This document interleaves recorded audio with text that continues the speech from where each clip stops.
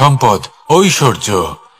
মানুষ হয় নিজের সৌভাগ্যের দ্বারা এগুলো লাভ করে থাকেন বা কর্মের দ্বারা। সৌভাগ্য আসলে কি? গ্রহের দশা, যা প্রত্যেক মুহূর্তে বদলাতে থাকে। কর্মের মাধ্যমে যখন আপনি ধন অর্জন করেন, তখন সেই ধন আপনার আগামী প্রজন্ম লাভ করে। সেটা হয় সে ভোগ করে বা তার জন্য তার ভোগান্তি হয়। আর এটা নির্ভর করছে আপনার কর্মের ওপরে। কি কর্ম করেছেন আপনি সেই ধনকে লাভ করার জন্য? যদি আপনি সৎ পথে চলেন, নিষ্ঠা ভরে আপনি কর্ম করে থাকেন এবং তার ফলে আপনি ধন অর্জন করে থাকেন, তাহলে আপনার আগামী প্রজন্ম সেটা ভোগ করবে, সেটা প্রয়োগ করবে নিজের বিকাশের জন্য।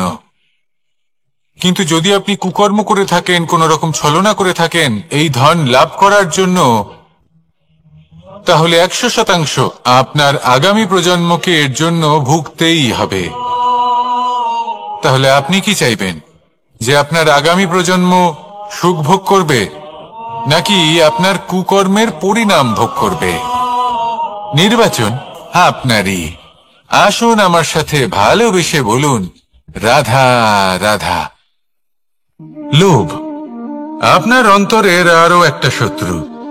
দেখতে গেলে এটা একটা শব্দ, একটা সংস্কৃত শব্দ। লব ধাতু থেকে উৎপন্ন হয়েছে। এর অর্থ কিছু লাভ করা।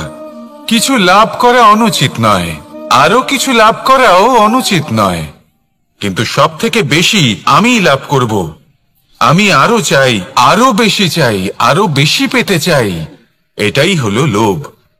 আর এই লোভ যখন গ্রাস করে, তখন আপনি যা পেতে চান, সে ধনই হোক বা মানই হোক, তা অর্জন করার জন্য মানুষ যে কোনো স্তরে পৌঁছে যেতে পারে। যদি মানুষ ধন অর্জন করতে চান, তাহলে তার জন্য তারা অধর্মের পথেও চলতে পারেন। যদি সম্মান অর্জন করতে চান, তাহলে অন্য মানুষকে ছোটও করতে পারেন। শেষ পর্যন্ত আপনার এটা মনে হতে পারে যে যদি একটু অল্পই প্রাপ্ত করতাম, কিন্তু ভালোবেসে প্রাপ্ত করতাম, এই জীবন আরো অনেক বেশি সুখী হতো। লোভ আপনার জীবনে, আপনার মনে কখন যে প্রবেশ করবে সেটা আপনি জানতেও পারবেন না। তাই এটা চিনতে শিখুন আর তৎক্ষণাৎ জীবন থেকে বাইরে ফেলে দিন। যা কিছু লাভ করতে চান তা ভালোবেসে লাভ করুন, আর সেই ভালোবাসার সাথেই বলুন, রাধা রাধা। জীবনে ক্ষমা চাওয়া তাও কিছুটা সহজ, ক্ষমা করতে পারা অত্যন্ত কঠিন। ক্ষমা 2 অক্ষরের এই শব্দ হতে পারে, কিন্তু অত্যন্ত বড় এই শব্দ, অত্যন্ত গুরুত্বপূর্ণ এই শব্দ। কখনো কখনো অন্য কাউকে ক্ষমা করে দেওয়া তাও কিছুটা সহজ কাজ, কিন্তু নিজেকে ক্ষমা করতে পারা অত্যন্ত কঠিন হয়ে দাঁড়ায়। অতীতে যদি আমাদের এমন কোনো ভুল হয় যে কারণে আমরা নিজেকে ক্ষমা করতে পারি না, অনেক সময় এমন কিছু ভুল করে বসি যে বিষয় শুধু আমরাই জানি, কিন্তু আমরা নিজেকে ক্ষমাই করতে পারি না, আর আমাদের বিকাশ সেখানে স্তব্ধ হয়ে যায়। কারণ যদি আপনি ক্ষমা করতে না শেখেন, নিজেকে ক্ষমা যদি না করতে পারেন, তাহলে তা আপনার জীবনের সব থেকে বড় বাধা হয়ে দাঁড়াবে।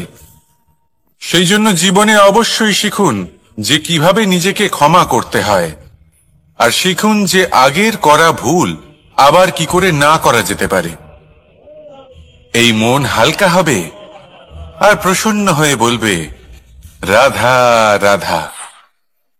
এই সংসারে যখনই কোনো সমস্যা আসে, তখন আমরা আমাদের সব থেকে বড় সম্বলের কাছে আশ্রয় খুঁজি, তা হলো আমাদের বিশ্বাস। এবার প্রশ্ন হলো এটাই যে এই বিশ্বাস কার উপর করা যেতে পারে? পরিবারের উপর, বন্ধুর উপর, নাকি তাদের উপর বিশ্বাস করা উচিত যাদেরকে আমরা কখনো সঙ্গ দিয়েছি? দেখুন, এই সংসারে বিপদের সম্মুখীন হলে কে আপনাকে সাহায্য করবে সেটা নির্বাচন করা আপনার হাতে নেই। সেটা সেই সকল ব্যক্তির উপর নির্ভরশীল যে তারা আপনাকে সাহায্য করবে নাকি করবে না। অর্থাৎ যখনই কোনো বিপদ আসে, সর্বপ্রথম তার সম্মুখীন আমাদের নিজেকেই হতে হয়, আর তার জন্য প্রস্তুত থাকা প্রয়োজনীয়। সেই শক্তি, সেই সাহস অর্জন করা প্রয়োজনীয়। দেখুন, যখনই অন্ধকার আসে, তখন সবার আগে কে আপনাকে ত্যাগ করে চলে যায়? আপনার নিজেরই ছায়া। এই অন্ধকারের সম্মুখীন হতে হয় অন্তরের প্রদীপের দ্বারা, অন্তরের আত্মা দ্বারা। তবেই আপনি অন্ধকারের ওপর জয়লাভ করতে পারবেন। সেই জন্য যে বিপদই আসুক না কেন, নিজেকে তার জন্য প্রস্তুত রাখা উচিত। সেই সাহস নিয়ে আসুন। এমন কোনো বিপদ নেই যা আপনাকে ভেঙে দিতে পারে। আসুন আমার সাথে ভালোবেসে বলুন, রাধা রাধা। মানুষ সবসময় চায় যে তার জীবনে যেন কখনো কোনো সমস্যাই না আসে। সে চায় তার জীবন যেন শুধুমাত্র শান্তি এবং সুখের দ্বারা পূর্ণ থাকে। কিন্তু এই চাহিদা অনুচিত কিছু নয়। আমরা সবাই এটাই চাই যে জীবনে সুখ থাক, শান্তি থাক। কিন্তু এই কথা সবসময় মনে রাখবেন, যে সূর্য উদিত হন সংসারকে প্রকাশমান করেন, দুপুরবেলায় সংসারকে রৌদ্র প্রদান করেন, সন্ধেবেলায় তাকেও অস্ত যেতে হয়। এবার আমাদের জীবন চক্র কিছুটা এরকমই। কোনো কিছুই চিরকাল একরকম থাকে না। কখনো এই নদীকে দেখুন যা বয়ে চলেছে। এই নদী যা বয়ে চলেছে তার পথেও অনেক বিপদ আসে। বড় বড় পাথরের সম্মুখীন হয়ে তাকেও সামনে এগিয়ে যেতে হয়। একটি পুকুর যা চারদিক থেকে ঘেরা, তার জীবনে কিন্তু কোনো সমস্যা নেই। কিন্তু এই সংসারে পুকুরের পুজো করা হয় না, পুজো করা হয় নদীকে। মনে রাখবেন, সমস্যার ঊর্ধ্বে তিনি উঠতে পারেন যিনি সমাধি লাভ করেছেন, যিনি এই সংসারেই নেই। যিনি এই সংসারে আছেন এবং জীবিত আছেন, তার জীবনের সমস্যা হলো শ্বাসবায়ুর মতোই গুরুত্বপূর্ণ। আসুন আমার সাথে ভালোবেসে বলুন, রাধা রাধা। আজ আমি আপনাকে একটা ছোট্ট কাহিনী শোনাবো। একবার আমি, রাধা আর দাদা, আমরা তিনজনে মিলে লুকিয়ে একটা উপবনে গেলাম আম পেড়ে খেতে। অনেক পরিশ্রম করে আমরা ওখানে পৌঁছলাম আর আমরা আশ্চর্যচকিত হয়ে গেলাম এটা দেখে যে এবার তো আম পাকেইনি। এবার দাদা কি করলেন, একটা আম পাড়লেন আর সেটা চাখলেন, আর উনি নিরাশ হয়ে পড়লেন। উনি বললেন যে এটা তো খুবই টক। তারপর রাধা একটা আম পাড়ল আর সেটা চেখে দেখল, আর রাধা উৎসাহিত হয়ে পড়ল। আমি রাধাকে জিজ্ঞেস করলাম, কি হয়েছে, তুমি এত উৎসাহিত কেন? তখন রাধা বলল যে এবার এত বেশি টক আম হয়েছে যে এগুলো দিয়ে আমরা আচার বানাবো। তাহলে দাদা ওখান থেকে বেরিয়ে গেলেন নিরাশ হয়ে এবং খালি হাতে। রাধাও ওখান থেকে বেরিয়ে গেল কিন্তু উৎসাহিত হয়ে, আর অনেকগুলো কাঁচা আম সাথে নিয়ে। এর থেকে আমরা কি শিক্ষা পেতে পারি? যে প্রত্যেকটা স্থানে এমন কিছু রয়েছে যেখান থেকে আমরা কিছু একটা শিক্ষা লাভ করতে পারি, যা আমাদেরকে বিকাশের পথে নিয়ে যেতে পারে। এই শিক্ষা প্রত্যেক স্থানে আছে। সবকিছু আমাদের দৃষ্টিভঙ্গির উপর নির্ভর করছে। যখনই আমাদের জীবনে, আমাদের সম্পর্কে কোনো সমস্যা, কোনো বিপদ আসে, তখন বেশিরভাগ মানুষ সেই বিষয় নিয়ে দুঃখী হয়ে পড়েন। আর কিছু মানুষ এমনও থাকেন যারা শেষ পর্যন্ত তার সমাধান করেন, বিপদকে পরাজিত করেন, সম্পর্কগুলিকে আবার জুড়ে দেন। যদি আপনি সুখের খোঁজ করেন তাহলে আপনি সুখ অবশ্যই পাবেন, প্রসন্নতা অবশ্যই পাবেন। যদি আপনি দুঃখ খোঁজেন তাহলে দুঃখ অবশ্যই পাবেন। এবার আপনি কি খুঁজতে চান, সেই চয়ন আপনারই। আসুন আর আমার সাথে ভালোবেসে বলুন, রাধা রাধা। কখনো কোনো প্রজাপতিকে উড়তে দেখেছেন?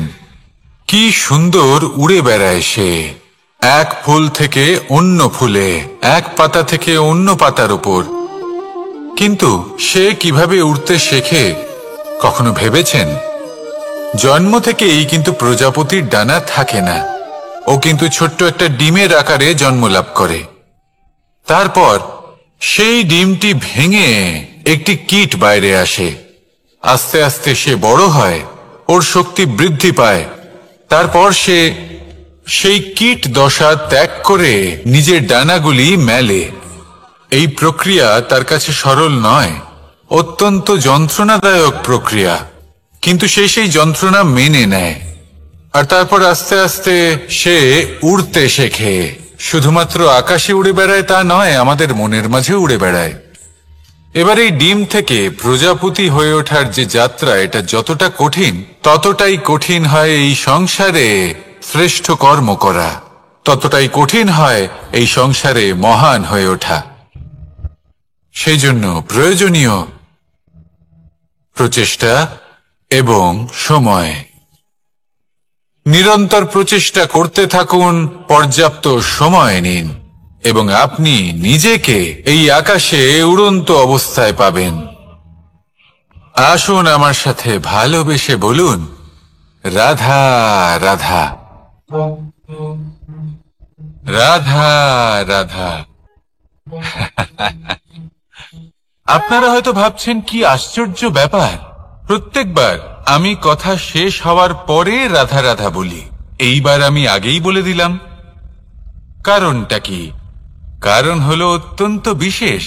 প্রত্যেকবার কথা সমাপ্ত হবার পরে আপনাদের সবার মধ্যে ভালোবাসা বিতরণ করতে চাই, তাই রাধা রাধা বলি। কিন্তু এইবার এই নতুন এবং বিশেষ সূত্রপাতে প্রথমে প্রেম বিতরণ করা অত্যন্ত আবশ্যক। এবার একটা বিষয় আছে যা জানেন হয়তো সকলেই, কিন্তু বুঝতে খুব কম জন পারেন। এই প্রেম, এই আনন্দ, এই সকল কিছুর সূত্রপাত হয় নিঃস্বার্থ আবেগের দ্বারা। ঠিক যেমন একজন মাতাকেই দেখে নিন।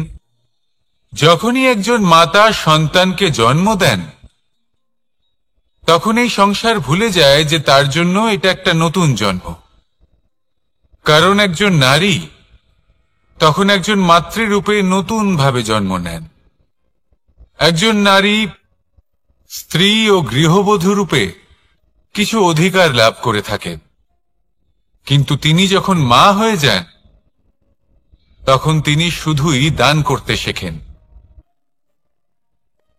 নিজের সন্তানের জন্য কত কিছুই না করেন, তাকে বাৎসল্যের সাগরে ভাসিয়ে নিয়ে যান। এই সংসারে রাজকুমার জন্ম নিতেই পারেন, তাকে রাম এবং লক্ষণ কিন্তু মায়েরাই বানিয়ে তোলেন। একজন গোয়ালা জন্ম নেয়, তাকে দ্বারকাধীশ একজন মাই বানিয়ে তোলেন। পিতা হলেন সেই পর্বত যার একটা অংশ হলো তার সন্তান, কিন্তু মা হলেন সেই শিল্পী যিনি একটা পাথরকে খোদাই করে এমন এক মূর্তি গড়ে তোলেন যাকে সকলে পূজনীয় মনে করেন। তাহলে স্মরণ করুন সেই সকল মুহূর্ত যেগুলি আপনি নিজের মাতার সাথে অতিবাহিত করেছেন। অনুভব করতে পারবেন যে কিভাবে এক মুহূর্তেই এই মন প্রফুল্ল হয়ে ওঠে। এবারের কারণ কি? এর কারণ হলো এই জীবনের আসল দ্বারই হলো মমতা।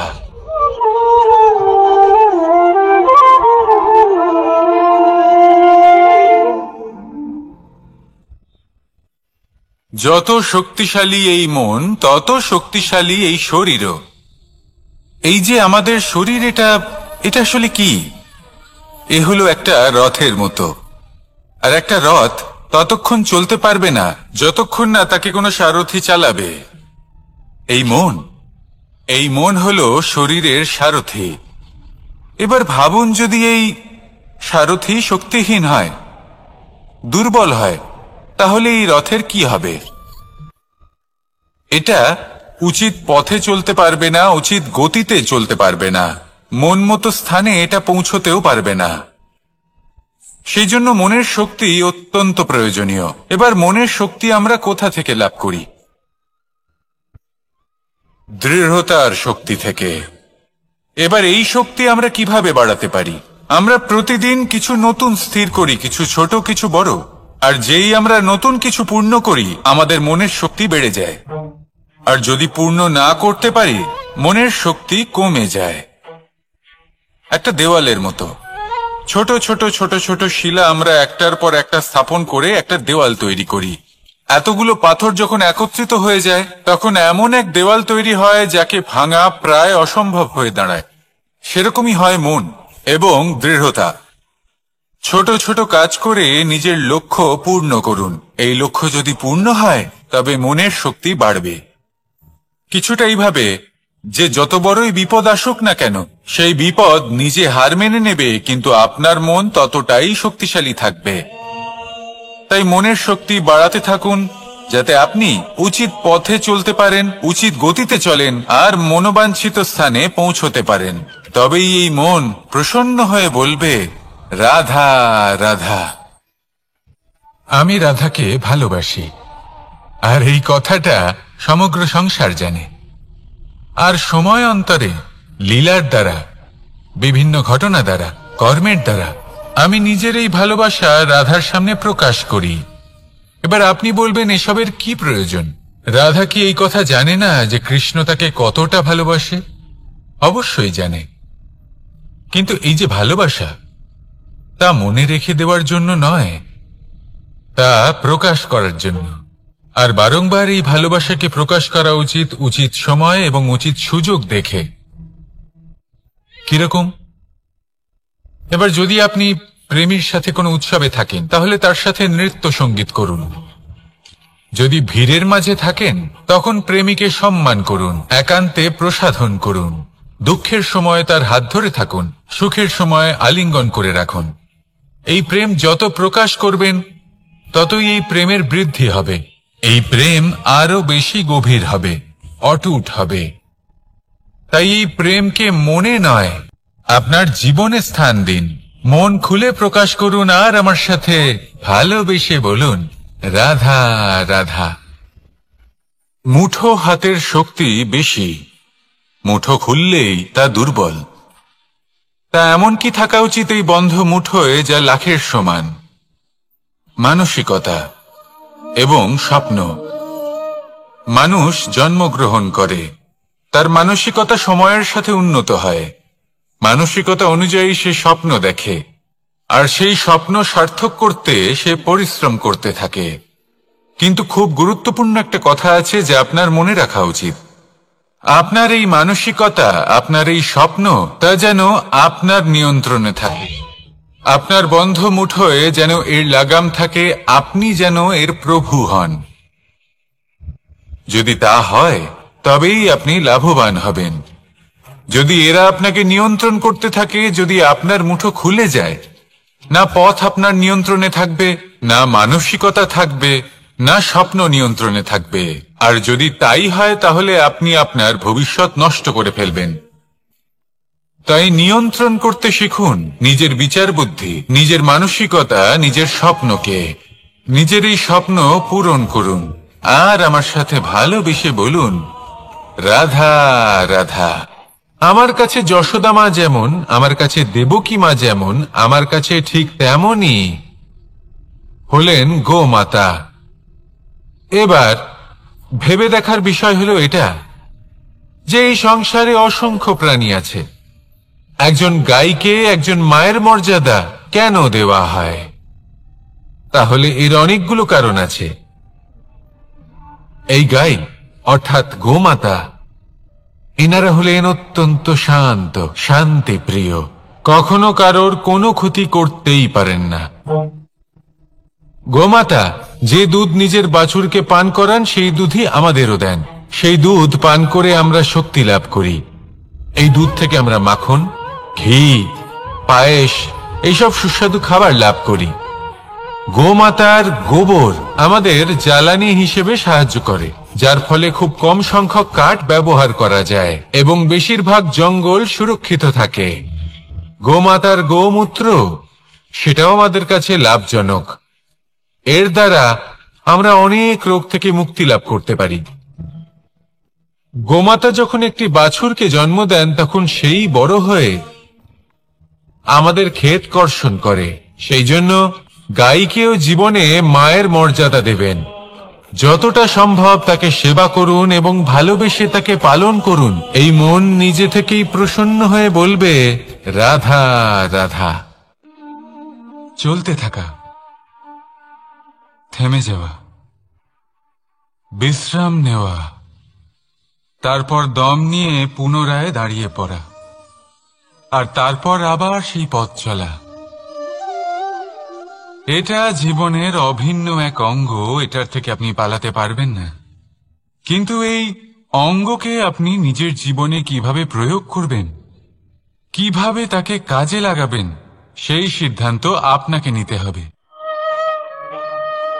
যারা হেরে যান তারাও জীবনে থমকে যান, আবার যারা জেতেন তারাও দাঁড়িয়ে পড়েন। যারা হেরে যান তারা হাঁপিয়ে দাঁড়িয়ে পড়েন, যারা জিতে যান তারা দাঁড়িয়ে পড়েন সেই সর্বোচ্চ স্তরে পৌঁছে গিয়ে। এবার দাঁড়াতে তো আপনাকে হবেই, তা হতেই হবে। কিন্তু কখন কিভাবে দাঁড়াবেন, ক্লান্ত হয়ে নাকি সর্বোচ্চ স্তরে পৌঁছে গিয়ে, সেই সিদ্ধান্ত আপনার। অবশ্যই দাঁড়িয়ে পড়ুন, কিন্তু ক্লান্ত হয়ে নয়, কারণ আপনাকে পুনরায় দাঁড়িয়ে পড়তে হবে, পুনরায় যাত্রাপথে এগোতে হবে এবং সর্বোচ্চ স্তরে পৌঁছতেই হবে। রাধা রাধা। স্বপ্ন, আমরা জীবনে স্বপ্ন দেখতে থাকি, সেটা পূরণ করার পূর্ণ প্রয়াস করে থাকি। কিন্তু এই স্বপ্ন পূরণ না হওয়ার পরিস্থিতিতে আমরা ভেঙে পড়ি, ছিন্ন বিচ্ছিন্ন হই। আর তারপরেই বোঝা আমরা আগামী প্রজন্মের ওপর রীতিমতো চাপিয়ে দিই। আমরা এটাই মনে করি যে আমরা যেটা হতে পারিনি সেটা আমাদের সন্তান অবশ্যই হবে। আমরা যা কখনো পাইনি আমাদের সন্তান অবশ্যই তা পাবে। এটা যে অনুচিত সেটা আমরা ভাবি না, কিন্তু এটা ভুল। আর এই ভুল আমরা সকলেই করে থাকি। সন্তান প্রকৃতি আর পরমাত্মার আশীর্বাদ। ওদের ভেতরে তাদের নিজের একটা অস্তিত্ব লুকিয়ে থাকে, সেটা মন দিয়ে দেখুন তো। আপনি শুধু ওই সন্তানকে জন্ম দিয়েছেন, কিন্তু ওর জীবন আপনার নয়। তাই নিজের সন্তানের সাথে থাকুন, সময় কাটান, ওদেরকে ভালোবাসুন, সব সময় প্রেরণা দিন। কিন্তু প্রেরণা দিন ওর নিজের অস্তিত্বকে বাড়ানোর জন্য, ওর নিজের স্বপ্ন পূরণ করার জন্য, আপনার স্বপ্ন পূরণ করার জন্য নয়। ওদের অস্তিত্বকে পূর্ণাঙ্গে বৃদ্ধি পেতে দিন। রাধা রাধা। এই পুকুর দেখছেন আপনি? পুকুরের জল কখনো প্রবাহিত হয় না, একই স্থানে জমে থাকে। আর সেই কারণে কিছুদিন পর ময়লা হতে শুরু করে। কিন্তু তাও আমরা একে ত্যাগ করি না, আমরা তবুও একে পুজো করি। শুধুমাত্র এই কারণে নয় যে অতীতে সে আমাদের তৃষ্ণা মিটিয়েছে, কিন্তু এই কারণেও যে যদিও বা সে ভবিষ্যতে আমাদের তৃষ্ণা না মেটায়, কিন্তু প্রয়োজন হলে আগুন অবশ্যই নেভাতে পারে। ঠিক সেই রকমই হয় আমাদের সম্পর্ক, সম্পর্ক যা আমরা বহু বছর পরিশ্রম করে তৈরি করি, যে দরকার পড়লে আমাদের সহায়ক হয় কোনো না কোনোভাবে। সেই জন্য সম্মান করতে শিখুন এই সম্পর্কগুলিকে, শিখুন এই সম্পর্কগুলিকে অটুট রাখতে। কথায় কথায় এই সম্পর্কগুলিকে ভেঙে দিতে শিখবেন না। রাধা রাধা। বিষ, এই শব্দটা শুনলেই মনে অনেক কল্পনা জন্ম নেয়। কল্পনা অসহ্যকর তিক্ততার, কল্পনা অত্যন্ত বেদনাদায়ক মৃত্যুর। এবার যদি আপনাকে জিজ্ঞেস করা হয় যে সবচেয়ে বিষাক্ত বিষ কোনটা, তাহলে আপনি কি বলবেন? কেউ বলবে সর্পের বিষ, কেউ বলবে কাঁকড়া বিছের, কেউ বলবে কালকেউটের বিষ, কিন্তু না, এই সমস্ত রকম বিষ সেই বিষের সামনে টিকতে পারবে না যাকে আমরা বলে থাকি কানের মধ্যে ঢালা বিষ। শুনতে অত্যন্ত মিষ্টি, কিন্তু তিক্ততায় অত্যন্ত বিষাক্ত। পেটের মধ্যে যাওয়া এই বিষ শুধুমাত্র একটি মানুষের মৃত্যুর কারণ হয়, কেবল একটি, কিন্তু কানের মধ্যে ঢালা এই বিষ একাধিক সম্পর্কের নাশ করতে পারে। আর এটাতে সেই ব্যক্তির ভুল নেই যে আপনার কানে বিষ ভরেছে, আপনি তাকে দোষ দিতে পারেন না। এখানে দোষ আপনার নিজের, যে এই বিষকে আপনি নিজের উপরে প্রভাব ফেলতে দিয়েছেন, এই বিষকে সুযোগ দিয়েছেন আপনার ক্ষতি করতে। এটা আপনার ভুল। সেই জন্য কুমন্ত্রণায় কখনো কান দেবেন না। আপনার মনে ভালোবাসার দৃঢ়তা জাগিয়ে তুলুন আর নষ্ট করে দিন এই সংসারের সমস্ত বিষের প্রভাব। রাধা রাধা। জীবন, আমাদের এই জীবন সুখ আর দুঃখ, এই দুইয়ের মিশ্রণ। এদের সংমিশ্রণই জীবনের ভারসাম্য বজায় রাখে। এখন এই সুখ, সুখ এমন এক বস্তু যাকে সবাই খুঁজে চলেছে। দুঃখ এমন এক অনুভূতি যা সবার কাছে আছে। আমাদের প্রত্যেকের জীবনে সুখ আর দুঃখ আসতে থাকবে আর যেতেও থাকবে। এটা অবশ্যই জীবনে থাকবে, কিন্তু সফলতা এটা সবার জীবনে আসে না। কেন? কারণ এই সফলতা সুখ আর দুঃখের দ্বারা প্রাপ্ত হয় না। সফলতা প্রাপ্ত হয় নিজের উপরে বিশ্বাস করতে থাকলে। আকাশের ওই সূর্যকে দেখুন, সূর্যের বিশ্বাস আছে নিজের উপর যে সে সমস্ত জগৎকে আলোকিত করতে পারবে। নিজের প্রথম রশ্মি দিয়ে অন্ধকারকে দূর করতে পারবে। সূর্য এই বিশ্বাস নিয়েই আসে, আর কিছুক্ষণের মধ্যেই সমস্ত সংসার থেকে অন্ধকারকে বিনাশ করে ফেলে সে। তাহলে মনে রাখবেন, এই সুখের আভাস, এই দুঃখের অনুভূতি আসতেও থাকবে আর যেতেও থাকবে। শুধু নিজের উপরে বিশ্বাস রাখুন, তারপর দেখবেন এই সফলতা আপনার দাস হয়ে থাকবে। রাধা রাধা। চাঁদ কত শ্রেয়, শুভ্র, কত সুন্দর, কিন্তু যদি আপনি মনোযোগ সহকারে দেখেন তাহলে দেখবেন এই চাঁদেও দাগ আছে। আর এই দাগগুলি থাকার কারণে কি এই চাঁদের মাহাত্ম্য কখনো কমে যায়? কখনো নয়। এর কারণ হলো চাঁদের নিরন্তর চেষ্টা। একবার এই আকাশে দেখুন, এই অন্ধকার সবসময় চেষ্টা করে চাঁদকে ঢেকে দেওয়া, কিন্তু এই চাঁদ সবসময় এই অন্ধকারের সাথে লড়াই করতে থাকে। অমাবস্যা থেকে শুরু করে চাঁদের এই যাত্রা পূর্ণিমা অবধি পৌঁছেই যায়। আর তাই এই চাঁদের পুজো করা হয়। এই কারণে এই চাঁদকে মাহাত্ম্য দেওয়া হয়। এইভাবেই যদি আপনার মধ্যে কোনো দোষ থাকে কোনো খারাপ কিছু থাকে, তাহলে সেটা কোনো বড় ব্যাপার নয়।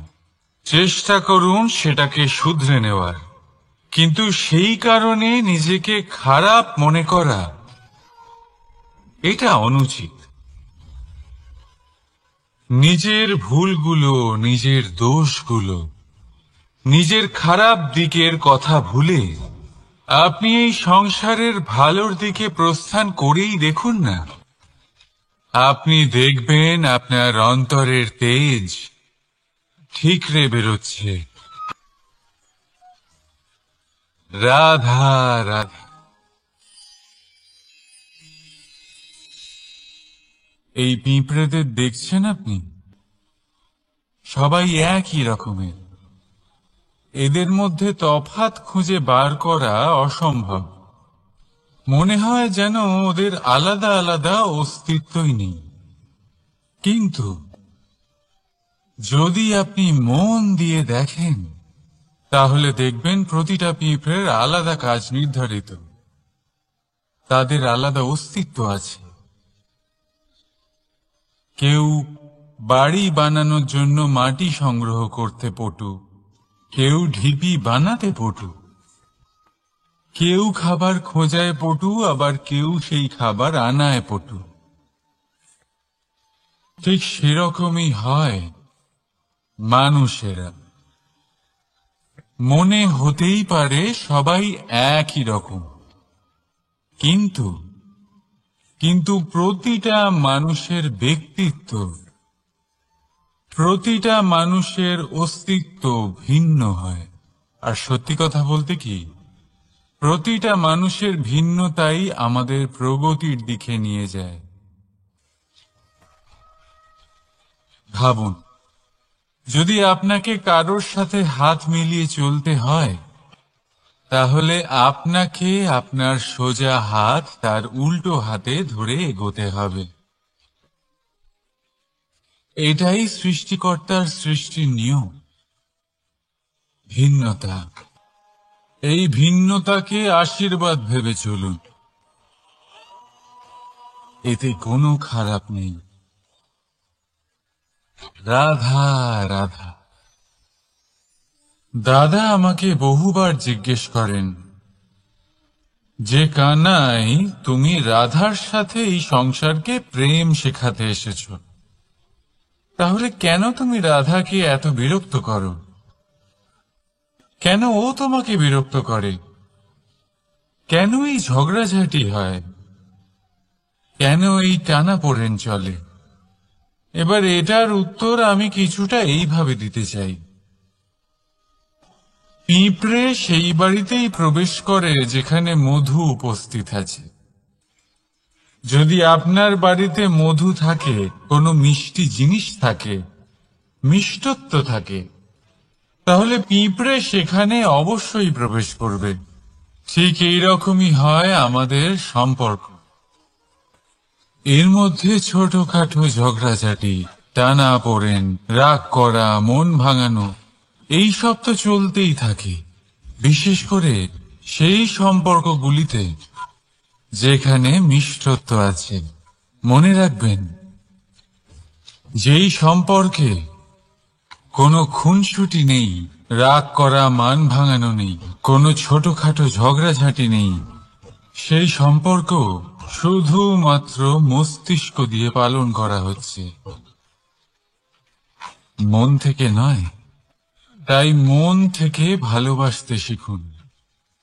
আর এই ছোটখাটো ঝগড়াঝাটির, এই অম্ল মধুর খুনসুটির আনন্দ উপভোগ করুন, কারণ এতেও ভালোবাসা আছে। রাধা রাধা।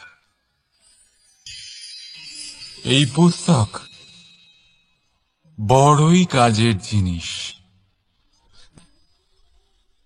কাহিনী হোক, কবিতা হোক, স্মৃতি হোক, এতে যাই লিখে দেবেন তা ভবিষ্যতের পুঁজি হয়ে যাবে। কিন্তু যদি কখনো এমন হয় যে এই পুস্তক ময়লা হয়ে যায়, বা যদি কোনো পাতায় আপনি ভুল করে কালি ফেলে দেন, বা কোনো বাক্য লিখতে গিয়ে আপনি ভুল করে ফেলেন, তাহলে আপনি কি করেন? সেই পুস্তক কি আপনি তুলে ফেলে দেন? না, তাই তো? শুধু একটা পাতা ছিঁড়ে ফেলেন, যাতে সেই পুস্তক সঠিক থাকে, সুন্দর হয়ে ওঠে। এই পুস্তকের মতোই হয় আমাদের সম্পর্ক। তার সেই এক পাতা, একটা ভুল। তাই যে কোনো সম্পর্কে যদি কারোর কোনো ভুল হয়ে গিয়ে থাকে, তাহলে সেই ভুলকে সম্পর্ক থেকে দূরে করা সঠিক হবে। সেই ভুলকে ভুলে যাওয়াই সঠিক হবে। সেই সম্পর্ক ভাঙা নয়, সেই সম্পর্ক সামলে রাখুন। কারণ ভুল তো সবার দ্বারা হয়। যদি এরকম করেন, তবেই জীবনরূপী পুস্তক আরো সুন্দর হয়ে উঠবে। একে অপরকে ক্ষমা করতে শিখুন। একে অপরের ভুলকে ভুলে যেতে শিখুন। তারপর দেখবেন এই জীবনে আরো আনন্দ আসবে, আর এই সম্পর্ক নিঃশ্বাস নিতে থাকবে। রাধা রাধা।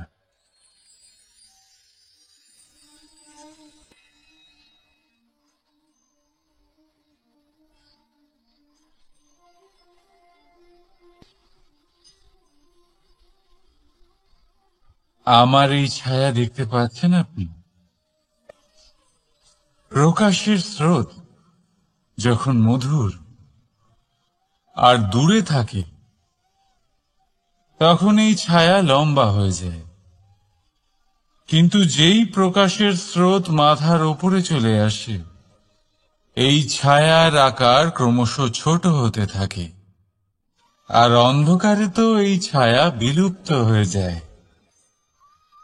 কিছুটা এরকমই হয় আমাদের অহংকার।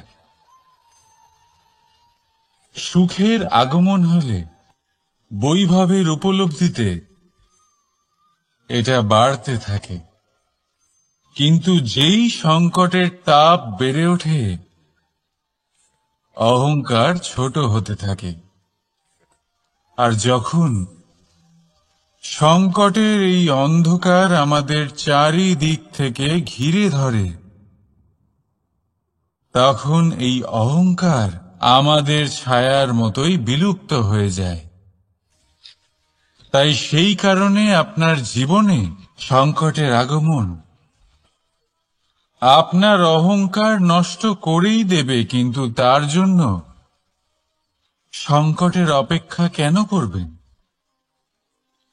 এই অহংকারকে বাড়তেই দেবেন না, উৎপন্ন হতেই দেবেন না। বিবেকের সুতো দিয়ে বেঁধে রাখবেন একে। দেখুন, আমি শ্রেষ্ঠ, এটা বিশ্বাস করতে কোনো আপত্তি নেই। কিন্তু শুধুমাত্র আমি শ্রেষ্ঠ, আর কেউ নয়। এ আত্মসম্মান নয়, এ হলো অহংকার। আর অহংকার আর কিছুই নয়, শুধু পতনের দিকে প্রথম পদক্ষেপ। আর এই জীবনে পতনের দিকে নয়, প্রেমের দিকে এগিয়ে যান। আর আমার সাথে ভালোবেসে বলুন, রাধা রাধা। আপনি কি কখনো ফলে ফুলে পরিপূর্ণ বৃক্ষ দেখেছেন? তার ডালগুলো কিরকম স্বাধীনভাবে বেড়ে ওঠে। কিন্তু যদি এই ডালগুলো মূলের সাথে ঠিকভাবে যুক্ত না থাকে, সেই বৃক্ষের মূলগুলি গভীর না হয়, তাহলে কি হবে? তাহলে কি সে সেই সব সুবিধা পাবে? কখনোই নয়। সেই বৃক্ষের ডাল পড়ে যাবে, সেই বৃক্ষ ভূমিষ্ঠ হয়ে যাবে। ঠিক সেইভাবেই চিন্তা ভাবনার স্বাধীনতার আনন্দ আপনি তখনই আস্বাদন করবেন যখন আপনার শিক্ষা গভীর হবে। তাই স্বাধীন থাকুন দৃষ্টিভঙ্গিতে, কিন্তু যুক্ত থাকুন শিক্ষার সাথে। রাধা রাধা। সমাজ, আমরা এই সমাজে বাস করি আর বহুবার একটা গুরুত্বপূর্ণ কথা ভুলে যাই। এই সমাজ আমরা সকলে মিলে তৈরি করি। সমস্ত সময় কাটিয়ে দিই এইটা ভাবতে ভাবতে যে এই সমাজ কি ভাববে, আমার কি করা উচিত, আমার কি ভাবা উচিত, কি পড়া উচিত, কোনটা সঠিক কোনটা ভুল। যদি আমি এটা করি তাহলে কয়েকজনের এটা মনে হবে না তো যে আমি খারাপ, যখন আমি তা নই। মনে ভয় উৎপন্ন হয় সেই কয়েকজন মানুষের জন্য। তার কারণ হলো আমরা আমাদের মনের কথা শুনতে পাই না, না শুনতে পাই, না বলতে পারি, আর না করতে পারি। সেই কয়েকজন মানুষের ভয় আমরা খারাপের বিরোধিতা করা ছেড়ে দিই। কিন্তু কখনো নিজেকে জিজ্ঞেস করুন, শেষ পর্যন্ত কারা এই কয়েকজন মানুষ? এই সংসারে প্রতিটি মানুষেরই নিজের আলাদা আলাদা ব্যক্তিত্ব আছে, আলাদা দৃষ্টিভঙ্গি আছে। তাই যদি আপনি এটা ভাবেন যে আপনি সবাইকে খুশি করতে পারবেন, তাহলে আপনি ভীষণ বড় ভুল করছেন। জীবনে কর্ম তাই করুন যাতে আপনার অন্তরাত্মা সন্তুষ্ট হয়। আর অন্তরাত্মা সন্তুষ্ট তখনই হবে যখন আপনার কর্ম শুভ হবে। তাই নিজের মনের কথা শুনে এই সংসারে শুভ কর্ম করতে থাকুন, তবেই এই সংসারের কর্মে আপনি সার্থক হবেন। রাধা রাধা।